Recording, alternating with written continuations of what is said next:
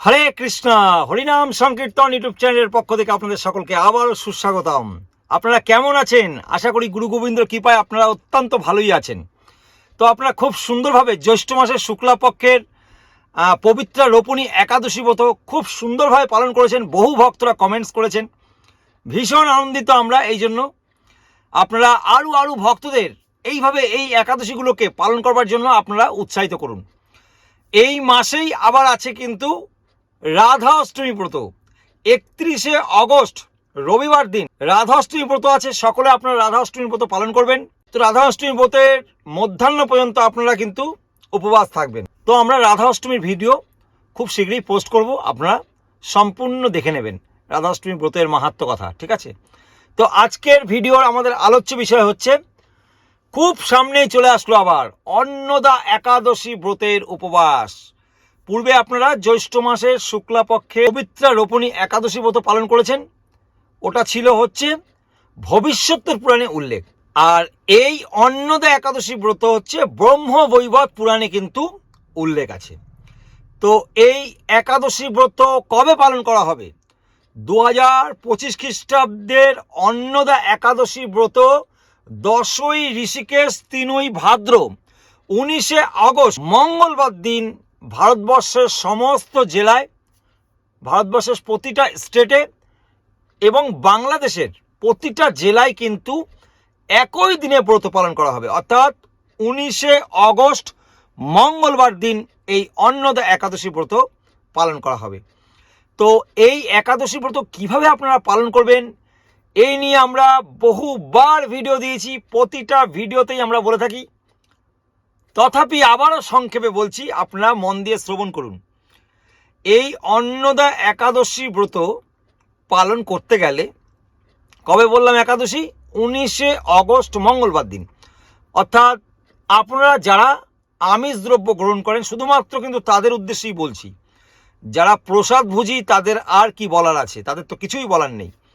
যারা আমিষ দ্রব্য গ্রহণ করেন তারা অবশ্যই 18ই অগস্ট সোমবার, 19শে অগস্ট মঙ্গলবার ব্রত পালন করবেন এবং 20 অগস্ট বুধবার দিন আপনারা পালন করবেন। অর্থাৎ একাদশী পালন করতে গেলে একাদশীর আগের দিন, দশমীর দিন এবং দ্বাদশীর দিন এবং একাদশীর দিন তো অবশ্যই আপনারা যারা আমিষ দ্রব্য গ্রহণ করেন সম্পূর্ণরূপে কিন্তু আপনারা আমিষ দ্রব্য বর্জন করে কিন্তু এই ব্রত পালন করবেন। কেমন? অর্থাৎ তাহলে কি হলো? সোম মঙ্গল বুধ, অর্থাৎ 18ই অগস্ট, 19শে অগস্ট এবং 20 অগস্ট এই 3 দিন সম্পূর্ণরূপে আমিষ দ্রব্য বর্জন করে এই ব্রত পালন করবেন। এবং শুধু আমিষ দ্রব্য নয়, যারা নেশার দ্রব্য গ্রহণ করেন অবশ্যই আপনারা এগুলো বর্জন করে কিন্তু ব্রত পালন করবেন। তো কাত্যায়ন স্মৃতি ও নারদ পুরাণে বলা হয়েছে এই একাদশীর বিষয়ে 8 থেকে 80 সকলকেই কিন্তু এই একাদশী ব্রত পালন করতে হবে। এছাড়া পদ্মপুরাণের উত্তরাখণ্ডে বলা হয়েছে নিখিল বর্ণ নিখিল আশ্রম কিবা স্ত্রী জাতি সকলকে কিন্তু একাদশী ব্রত পালন করতেই হবে। অনেকে বলে থাকেন যে এখন একাদশী ব্রত পালন করবার সময় নয়, একাদশী ব্রত কি সকলকে পালন করতে হয়? না, সকলে কেন পালন করবে? বয়স হোক, বৃদ্ধ হই, তারপরে একাদশী ব্রত পালন করব।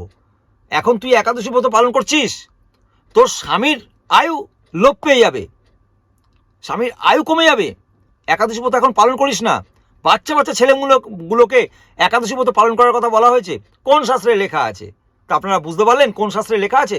কাত্যায়ন স্মৃতি এবং নারদ পুরাণে বলা হয়েছে 8 থেকে 80 সকলকে ব্রত পালন করতে হবে। এছাড়া যাদেরকে বলা হয় যে মায়েরা একাদশী ব্রত এখন কেন পালন করবেন, সেক্ষেত্রে স্কন্দ পুরাণে উত্তরাখণ্ডে বলা হচ্ছে যে নিখিল বর্ণ নিখিল আশ্রম, নিখিল বর্ণ ব্রাহ্মণ ক্ষত্রিয় বৈশ্য শূদ্র 4টি বর্ণ, ব্রহ্মচারী বানপ্রস্থ গৃহস্থ সন্ন্যাস 4টি আশ্রম, এই নিখিল বর্ণ নিখিল আশ্রম 4টি বর্ণ 4টি আশ্রম এবং কিবা নারী জাতি, সকল নারী জাতিকে, তিনি সধবা হোক বা বিধবা হোক, কুমার হোক বা কুমারী হোক, যাই হোক, সকলকে, সকল জাতিকে এই একাদশী ব্রত কিন্তু পালন করতে হবে, এভাবে শাস্ত্রে উল্লেখ আছে।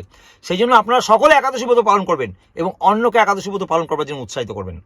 স্বয়ং অম্বরীশ মহারাজ তিনিও কিন্তু এই একাদশী ব্রত পালন করেছিলেন। এছাড়া মহাপ্রভু তার মা সচিমা, সেই সচিমাতাকে একাদশী পালন করবার জন্য কিন্তু মহাপ্রভু স্বয়ং উৎসাহিত করেছিলেন, বুঝতে পেরেছেন? তো সেই জন্য আমাদের সকলকে এই ব্রত পালন করা অত্যন্ত গুরুত্বপূর্ণ, পালন করতেই হবে। আর শাস্ত্রে বলা হয়েছে আমাদের সনাতন ধর্মে যে যত প্রকারের ব্রত আমরা করছি না, সকল প্রকারের ব্রতর মধ্যে সর্বশ্রেষ্ঠ ব্রত হচ্ছে একাদশী ব্রত।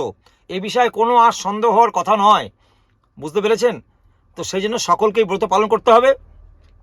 ব্রত পালনের আগের দিন পরের দিন সংযম হবেন, সম্পূর্ণরূপে আমিষ দ্রব্য বর্জন করবেন যারা আমিষ আহার করেন, এবং ব্রতের আগের দিন ভগবানের শ্রী চরণকমলে তুলসীপত্র চন্দন লেপন করে ভগবানের শ্রী চরণকমলে পুষ্প নিবেদন করবেন, সুগন্ধি পুষ্প, এবং ভগবানকে বলবেন আপনার এই অন্নদা একাদশী ব্রত আগামীকাল আমি পালন করতে যাচ্ছি, তাই আপনি শারীরিকভাবে মানসিকভাবে আমাকে কৃপা বর্ষণ করুন যাতে আমি সুস্থভাবে, সঠিকভাবে, শারীরিকভাবে ও মানসিকভাবে এই ব্রত পালন করতে পারি। এছাড়া একটা একাদশী ব্রত পালন করবার যে সংকল্প করা হচ্ছে আগের দিন দশমীর দিন, সে একটা মন্ত্র আছে, বুঝলেন? সেই মন্ত্র আপনি বলতে পারেন। একাদশম নিরাহার স্থিতা অহম অপরিহনি ভোক্ষামি পুণ্ডরিকাক্ষ শরণাঙ্গে ভাবা হচ্ছে, এই মন্ত্রটি 3 বার বলবেন, কেমন? একাদশ দিন ব্রাহ্মমুহূর্তে ঘুম থেকে উঠবেন, উঠে প্রাতক্রিয়া স্নান ছাড়বেন। স্নানটি যদি নিকটবর্তী স্থানে গঙ্গা থাকে তাহলে ভীষণ ভালো। একাদশীর দিন গঙ্গা স্নান করা অত্যন্ত ফলপ্রদ। যদি না থাকে নিকটবর্তী স্থানে জলাশয়, পুষ্করণী, নদী থাকলে সেখানে স্নান করতে পারেন। তাও যদি না থাকে আপনার নিজ গৃহে যেখানে স্নানাগারটা আছে সেখানে আপনি জলকে হাতে করে নিয়ে 3 বার গঙ্গা গঙ্গা গঙ্গা বলে স্নান করবেন, সেটিও গঙ্গা স্নান হবে। মানসিকভাবে স্নান করে মঙ্গলারতি করবেন। মঙ্গলারতি করবার পূর্বে কি করতে হবে? দ্বাদশ সঙ্গে তিলক করতে হবে। হ্যাঁ, দ্বাদশ সঙ্গে ভগবানের হরিনাম, হরি মন্দির স্থাপন করতে হবে। কিভাবে দ্বাদশ সঙ্গে তিলক করতে হয় সুন্দরভাবে সম্পূর্ণ ভিডিও দেওয়া আছে আমার এই চ্যানেলে, আপনারা কৃপাপূর্বক দেখে নেবেন, আশা করি বুঝতে পারবেন। তো দ্বাদশ সঙ্গে তিলক করবেন, তারপরে কি করবেন? তারপরে আচমন করবেন। তিলক করবার পরে আচমন করবেন, তারপরে আপনি মঙ্গলারতি করবেন। অবশ্যই কিন্তু শুদ্ধ বস্ত্র পরিধান করে, হ্যাঁ, কেমন? পুরনো হলেও চলবে, কিন্তু পরিষ্কার কাঁচা ধোয়া থাকতে হবে। শুদ্ধ বস্ত্র পরিধান করে মঙ্গলারতি করবেন। তারপরে হরে কৃষ্ণ মহামন্ত্র বেশি বেশি করে জপ করবেন। কলিযুগের যুগধর্ম হরে কৃষ্ণ মহামন্ত্র, হরে কৃষ্ণ কৃষ্ণ কৃষ্ণ হরে হরে, হরে রাম রাম রাম হরে হরে। কলিযুগের যুগধর্ম হরে কৃষ্ণ মহামন্ত্র অবশ্যই চ্যান্টিং করবেন এবং অন্যকে এই কলিযুগের যুগধর্ম হরিনাম করবার জন্য উৎসাহিত করবেন, কেমন? এবং এই দিন আপনার তারপরে যা কাজকর্ম থাকবে করতে পারেন। এই দিন একটু সময় করে আপনি চেষ্টা করবেন গ্রন্থ অধ্যয়ন করা। কি গ্রন্থ অধ্যয়ন করবেন? ভগবানের মুখের কথা, যেটি কুরুক্ষেত্রের রণাঙ্গনে অর্জুনকে জ্ঞান প্রদান করেছিলেন, ভগবদ গীতা, গীত ভগবান গেয়েছেন গানের ছন্দে। ভগবান এই অর্জুনকে জ্ঞান প্রদান করেছিলেন। এই একটি মাত্র গীতা যদি আপনি পড়েন, শাস্ত্রে বলা হয়েছে, আর কোনো গ্রন্থ আপনি যদি নাও পড়েন, এই একটি মাত্র গ্রন্থেই আপনার মানুষ্য জীবন কিভাবে ইউটিলাইজ করতে হবে, পরিচালনা করতে হবে, জন্ম থেকে মৃত্যু পর্যন্ত সমস্ত জ্ঞান কিন্তু পরমেশ্বর ভগবান শ্রীকৃষ্ণ এই গীতার মাধ্যমে দিয়েছেন, বুঝতে পেরেছেন? তো সেই জন্য অবশ্যই অবশ্যই অবশ্যই ভগবদ গীতা যথাযথ ইস্কনের প্রতিষ্ঠাতা আচার্য শিল অভয় চরণবিন্দ ভক্তিবেদান্ত স্বামী শিল প্রভুপাদ, তিনি অত্যন্ত সহজ সরলভাবে আমাদের মতন অধবুদ্ধ জীব, যাতে আমরা বুঝতে অসুবিধা যাতে আমাদের না হয়, সংস্কৃতি যাতে বুঝতে অসুবিধা না হয়, সেই জন্য সংস্কৃত ভাষাটাকে তিনি ভেঙে ভেঙে তার সমস্ত অর্থ শব্দার্থ করে দিয়েছেন, যাতে আমাদের অত্যন্ত সহজভাবে আমরা সেই উচ্চারণটা করতে পারি। বাংলাতে লিখে দিয়েছেন। আপনারা যারা বাংলা পড়তে পারেন বাংলা, যারা হিন্দিতে পড়তে পারেন হিন্দিতে আছে, যারা ইংলিশ পড়েন, হ্যাঁ, উড়িয়া, অনেকগুলো ভাষায় গীতা আছে। আপনার যেই ভাষা মনে হবে আপনার মাতৃভাষা, সেটা দিয়ে আপনি করতে পারেন, সেই ভাষারই গ্রন্থ কিনে আপনি পড়তে পারেন, কেমন? ভগবদ্গীতা যথাযথ এটি পড়বেন, খুব ভালো লাগবে। চেষ্টা করবেন একটি অধ্যায় পড়ার কমপক্ষে এই দিন, হ্যাঁ। এছাড়া আরেকটি সুন্দর গ্রন্থ আছে, লীলা পুরুষোত্তম শ্রীকৃষ্ণ, হ্যাঁ, ভগবান শ্রীকৃষ্ণের বাল্যলীলা থেকে শুরু করে সমস্ত সেখানে লীলাবিলাস আছে, সেটি পড়তে পারেন। আর সর্বোপরি বেশি বেশি সংখ্যক হরে কৃষ্ণ মহামন্ত্র জপ করবেন। একাদশীর দিন 16 মালা জপ তো করবেনই, যারা ইস্কনের দীক্ষিত, যারা ইস্কনের ভক্ত, যারা ইস্কনের গুরুবৃন্দের চরণ আশ্রয় আছেন, অবশ্যই তারা 16 মালা জপ করছেনই, কিন্তু বিশেষ করে একাদশীর দিন শিল প্রভুপাদ নির্দেশ দিয়েছে কমপক্ষে যেন 25 মালা জপ করা হয় হরে কৃষ্ণ মহামন্ত্র। আর যারা আপনারা প্রথম জপ শুরু করেছেন, তারা অবশ্যই যদি 4 মালা করে থাকেন চেষ্টা করুন 8 মালা করার, 10 মালা করার। জপের পরিমাণ তাকে বাড়ান। আর শুধু জপের পরিমাণ বাড়িয়ে যাবেন, শুধু হরে কৃষ্ণ কৃষ্ণ কৃষ্ণ হরে রাম হরে রাম হরে রাম রাম রাম হরে হরে কৃষ্ণ, এরকম নয়। স্পষ্টভাবে উচ্চারণ করবেন হরিনাম, এবং সেটি যেন আপনার নিজের কানে শ্রবণ করতে পারেন স্পষ্টভাবে। কেমন? এইভাবে জপ করবেন, জপের মান যেন ভালো হয়, তাহলে দেখবেন জপের ফলটা কিন্তু আপনি পাবেন। যদিও ভগবত ভক্তরা কখনো ফলের আশা করেন না, মূল কথা হচ্ছে ভগবানের যে নামটা আপনি করছেন না, হরিনামটা, সেটি তো ভগবানের নাম করছেন, তাই না? অত্যন্ত পবিত্রভাবে, সুন্দরভাবে ভগবানের কথা চিন্তন করতে করতে জপটা করবেন, তাহলে দেখবেন ভগবান অত্যন্ত আনন্দিত হবে। আর ভগবান যদি আনন্দিত হয় আপনার নাম করার মাধ্যমে, তাহলে আপনার কোনো চিন্তা আছে বলুন? আপনার মতন সুখী আনন্দিত আর কেউ হবে না। যদি ভগবান খুশি হয় আপনার নাম জপ দেখে, যদি অত্যন্তভাবে ভালো নাম জপ হয়, তখন ভগবান কিন্তু প্রসন্ন হবেন, মহাপ্রভু প্রসন্ন হবেন, নিত্যানন্দ প্রভু প্রসন্ন হবেন, গুরুবর্গরা প্রসন্ন হবেন। তার ফলে আপনি কিন্তু যেখানেই থাকুন আপনি কিন্তু কৃপা লাভ করতে পারবেন। আর যখন আপনি কৃপা লাভ করতে পারবেন, আধ্যাত্মিক পথে, ভক্তি পথে, দেখবেন আপনি খুব তাড়াতাড়ি উন্নতি হচ্ছে আপনার ভক্তিপথ। সেই জন্যই এই কলিযুগে অত্যন্ত গুরুত্বপূর্ণ এই হরে কৃষ্ণ মহামন্ত্র জপ করা। অবশ্যই আপনারা মালার দ্বারা হরে কৃষ্ণ মহামন্ত্র জপ করবেন। কীভাবে হরে কৃষ্ণ মহামন্ত্র জপ করবেন আমার এই চ্যানেলে ভিডিও দেওয়া আছে, অবশ্যই আপনারা দেখে নেবেন। কেমন? ডেসক্রিপশন বক্সে লিঙ্কও দেওয়া থাকবে। তো এইভাবে আপনারা কিন্তু হরিনাম জপ করবেন অবশ্যই। আর এই দিন চেষ্টা করবেন, যদি আপনার সময় থাকে, কাজকর্ম থাকে অনেকে, যাদের কাজকর্ম একটু কম থাকবে বা সময় থাকলে চেষ্টা করবেন একটু মন্দিরে যাওয়ার। আপনার নিকটবর্তী স্থানে যদি ইস্কন মন্দির থাকে সেখানে আপনি যাওয়ার চেষ্টা করবেন। অনেক জায়গায় আছে ইস্কন মন্দির নেই, কিন্তু নামহট্ট আছে, ভক্তিবৃক্ষ আছে, আপনি সেখানে গিয়ে সাধুসঙ্গ করতে পারেন। সাধুসঙ্গ করলে আপনার আধ্যাত্মিক যে উন্নতি, এটি অবধারিতভাবে হবেই। শাস্ত্রের সেই জন্যই তো বলছে না, সাধুসঙ্গ সাধুসঙ্গ সর্বশাস্ত্রে কয়, লবমাত্র সাধুসঙ্গে সর্বসিদ্ধি হয়। লব মানে কিঞ্চিত মাত্র। হ্যাঁ, তো সেই জন্য অবশ্যই আপনারা সাধুসঙ্গ করবেন। আর এই দিন কি খাবো, এই দিন প্রথম কথা, প্রতিটা একাদশী শাস্ত্রে বলা হয়েছে যে নির্জলা পালন করবার কথা। কেমন? সেটি হচ্ছে সর্বোত্তম ব্রত, সেটি সর্বশ্রেষ্ঠ ব্রত। যদি একান্ত না করতে পারেন তাহলে সজলা করবেন। সজলা মানে জল খেয়ে করতে পারেন। হ্যাঁ, আর যদি সেটাও অপারক হন তাহলে সফলা করুন। সর্বপ্রকারের ফল ভগবানকে নিবেদন করে সেইটাই প্রসাদ পেতে পারেন, ভগবত প্রসাদ। আপনি ফল খেলে আপনার দুর্বল লাগবে না শরীর, আমি বলছি। আপনার মাথাও ঘুরাবে না, কিছুই হবে না। ফলে প্রচুর ভিটামিন আছে, বিভিন্ন প্রকারের ফল আছে। আপেল খেতে পারেন, মৌসুমি লেবু খেতে পারেন, পেয়ারা খেতে পারেন, কলা খেতে পারেন, আঙুর ফল খেতে পারেন, খেজুর খেতে পারেন।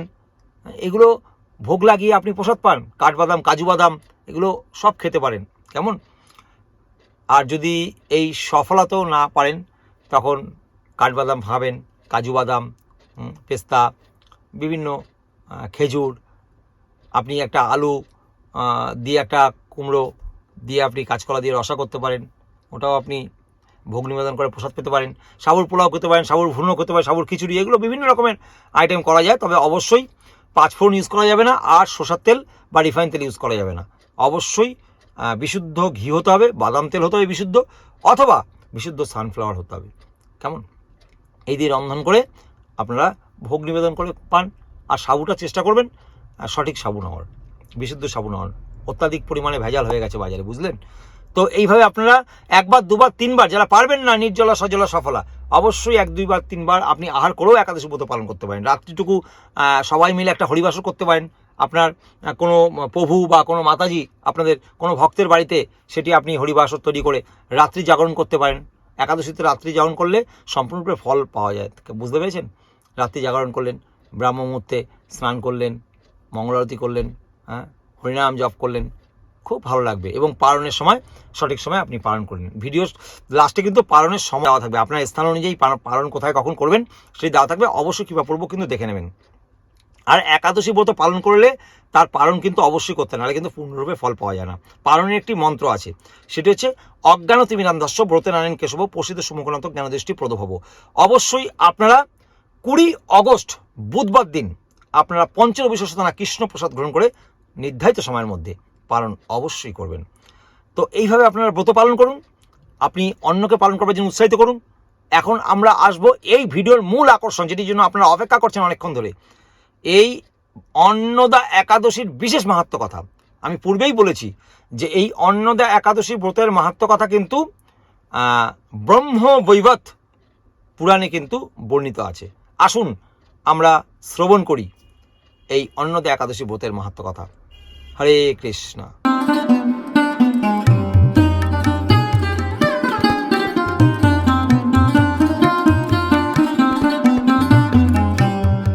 অন্নদা একাদশী ব্রতের মাহাত্ম্য কথা কোথায় বললাম? ব্রহ্ম বৈবর্ত পুরাণে কিন্তু বর্ণিত আছে। প্রতিটা একাদশী ভগবান শ্রীকৃষ্ণ যুধিষ্ঠির মহারাজকে শ্রবণ করান, তো এই একাদশী শ্রবণ করাচ্ছেন। তো এই ভাদ্রবতী কৃষ্ণপক্ষের একাদশী অন্নদা একাদশী ব্রহ্ম বৈবর্ত পুরাণে কিন্তু বর্ণনা আছে। তো মহারাজ যুধিষ্ঠির জিজ্ঞাসা করলেন ভগবান শ্রীকৃষ্ণকে, হে কৃষ্ণ, এই আগত ভাদ্র মাসের কৃষ্ণপক্ষের এই একাদশীর নামটা কি? আমি শুনতে অত্যন্ত আগ্রহী, আপনি কৃপাপূর্বক আমাকে বলুন। তো তখন ভগবান শ্রীকৃষ্ণ বললেন, হে রাজন, রাজন মানে হচ্ছে রাজা, কারণ হস্তিনাপুরের রাজা ছিলেন যুধিষ্ঠির মহারাজ। তো তখন বললেন, হে রাজন, আজ আমি সবিস্তারে এই একাদশীর কথা অর্থাৎ মাহাত্ম্য কথা বর্ণনা করছি। আপনি একাগ্র চিত্তে তা কিন্তু শ্রবণ করুন। ভাদ্র মাসের কৃষ্ণপক্ষিয়া একাদশীকে বলা হয় অন্নদা। এই তিথি সর্বপাপ বিনাশিনী। যিনি শ্রীহরির অর্চনে এই ব্রত পালন করেন তিনি সর্বপাপ থেকে মুক্ত হন। এমনকি এই ব্রতের নাম শ্রবণ করলেই রাশি রাশি পাপ বিদূরিত হয়ে যায়। বুঝতে পেরেছেন? একমাত্র এই একাদশীর অন্নদা একাদশীর মানে নাম একমাত্র শ্রবণ করলেই রাশি রাশি পাপ বিদূরিত হয়ে যায়। এই ব্রত প্রসঙ্গে একটি পৌরাণিক ইতিহাস রয়েছে। প্রাচীনকালে রাজা হরিশ্চন্দ্র, তিনি নিষ্ঠাপরায়ণ এবং সত্যবাদী রাজা ছিলেন, চক্রবর্তী রাজা ছিলেন। কর্মফল এবং প্রতিজ্ঞার সত্যতা রক্ষায় তিনি রাজ্যভ্রষ্ট হন। অবস্থা এমনই হলো যে তিনি নিজের স্ত্রী, পুত্র এবং অবশেষে নিজেকে পর্যন্ত বিক্রি করে দিতে বাধ্য হলেন। হে রাজেন্দ্র, এই পুণ্যবান রাজা চণ্ডালের দাসত্ব স্বীকার করেও সত্য রক্ষার্থে দৃঢ়নিষ্ঠা প্রদর্শন করেছিলেন। তিনি শ্মশানে মৃত ব্যক্তির বস্ত্র কর রূপে কিন্তু গ্রহণ করতেন। তারপর এইভাবে সেই রাজার বহু বৎসর কেটে গেল। দুঃখ সাগরে নিমজ্জিত হয়ে কি করি, কোথায় যাই, কিভাবে এই দুর্দশা থেকে উদ্ধার পাই, এই নিয়ে সারাদিন রাত তিনি চিন্তা করতে লাগলেন। এমন সময় দৈবক্রমে পর দুঃখ দুঃখী গৌতম ঋষির রাজার কাছে এলেন। তো রাজা মুনিকে দর্শন করেই সঙ্গে সঙ্গে ভক্তি বলে দণ্ডবাদ প্রণাম নিবেদন করলেন এবং করজুড়ে তার সামনে দাঁড়িয়ে একে একে নিজের সমস্ত ঘটনার কথা জানলেন। রাজার দুঃখের কথা শুনে মুনিবর অত্যন্ত বিস্ময়াপন্ন হলেন। অত্যন্ত ব্যথিত হয়ে তিনি বললেন, হে রাজন, ভাদ্র মাসের কৃষ্ণপক্ষের একাদশী অন্নদা নামে জগতে প্রসিদ্ধ। আপনি এই ব্রত পালন করুন এবং এই ব্রত প্রভাবে আপনার সমস্ত ব্রতের পাপের বিনাশ হবে। আপনার ভাগ্যবশত আগামী 7 দিন পরেই এই তিথির আবির্ভাব হবে। ওই দিন উপবাস থেকে রাত্রি জাগরণ করবেন। এইভাবে ব্রত উদযাপনে আপনার সমস্ত পাপ ক্ষয় হবে। এই ব্রত প্রভাবে আপনার সমস্ত পাপের বিনাশ হবে। আপনার ভাগ্যবশত আগামী 7 দিন পরেই এই তিথির কিন্তু আবির্ভাব হবে। ওই দিন উপবাস থেকে রাত্রি জাগরণ করবেন। দেখলেন, এই যে রাত্রি জাগরণের কথা বলা হলো, ওই দিন উপবাস থেকে রাত্রি জাগরণ করবেন। এইভাবে ব্রত উদযাপনে আপনার সমস্ত প্রকারের পাপ ক্ষয় হবে। হে রাজন, আপনার পুণ্য প্রভাবে আমি এখানে এসেছি জানবেন। এই কথা বলে গৌতম মুনি অন্তহিত হলেন, অর্থাৎ চলে গেলেন। ঋষিবাড়ির উপদেশ মতন সেই রাজা অত্যন্ত শ্রদ্ধা ভক্তি সহকারে এই ব্রত পালন করলেন এবং তার ফলে তার প্রভুকৃত সমস্ত পাপ দুর্বৃত হলো। তখন বললেন, হে মহারাজ, ভগবান বললেন, এই ব্রতর প্রভাব শ্রবণ করুন। যথাবিধি এই ব্রত পালনে বহু জন্মের, বহু বৎসরের দুঃখ ভোগের অবসান হয় এবং ব্রতের প্রভাবে রাজা হরিশ্চন্দ্র সকল দুঃখ সমাপ্ত হলো। পুনরায় তিনি স্ত্রীকে ফিরে পেলেন এবং মৃতপুত্র জীবিত হলো। আকাশ থেকে দেবগণ দুন্দুভিবাদ্য ও পুষ্প বর্ষণ করতে লাগলেন। নিষ্কণ্টক রাজ্যসুখ ভোগ করে অবশেষে আত্মীয় স্বজন ও নগরবাসী সহ সেই রাজা স্বর্গে গমন করলেন। যে মানুষ নিষ্ঠা ভক্তি সহকারে এই ব্রত পালন করেন তিনি শ্রীহরির চরণে ভক্তি লাভ করেন এবং অবশেষে দিব্যধাম গমন করেন। এই ব্রতের মাহাত্ম্য পাঠ ও শ্রবণ যিনি করেন তার অশ্বমেধ যজ্ঞের ফল লাভ হবে। হরি বল। তাহলে আপনারা ভক্তগণ শ্রবণ করলেন এই অন্নদা একাদশী ব্রতের বিশেষ মাহাত্ম্য কথা। তাই আসুন আপনারা সকলে এই অন্নদা একাদশী ব্রত পালন করুন, অন্নকে পালন করবার জন্য উৎসাহিত করুন। আমাদের এই প্রতিবেদনটিকে বিশ্বের দরবারে প্রতিটা মানুষের কাছে পৌঁছে দিন, যাতে সকলে এই একাদশী ব্রত পালন করবার জন্য উৎসাহিত হয়। ভিডিওটি ভালো লাগলে বেশি বেশি করে শেয়ার করে দেবেন। আর চ্যানেলে প্রথমবার এসে থাকলে অবশ্যই চ্যানেলটিকে সাবস্ক্রাইব করে নোটিফিকেশন বেল আইকনটিকে অন করে দেবেন, যাতে সর্বপ্রথমেই আমাদের চ্যানেলে ভিডিও আপলোড করলে আপনার কাছে নোটিফিকেশন যায়। কেমন? আর যারা প্রতিনিয়ত দেখছেন, কোনোভাবে চ্যানেলটিকে এখনও পর্যন্ত সাবস্ক্রাইব করেননি, আর বিলম্ব করবেন না, অবশ্যই চ্যানেলটিকে সাবস্ক্রাইব করে নোটিফিকেশন বেল আইকনটি অন করে দিন। ভালো থাকবেন আপনারা, সুস্থ থাকবেন, সদা কৃষ্ণ ভাবনাময় হয়ে থাকবেন। জগৎগুরু শিল প্রভুপাদ কি জয়। নিতাই গৌর সীতানাথ প্রেমানন্দের হরি হরি বল।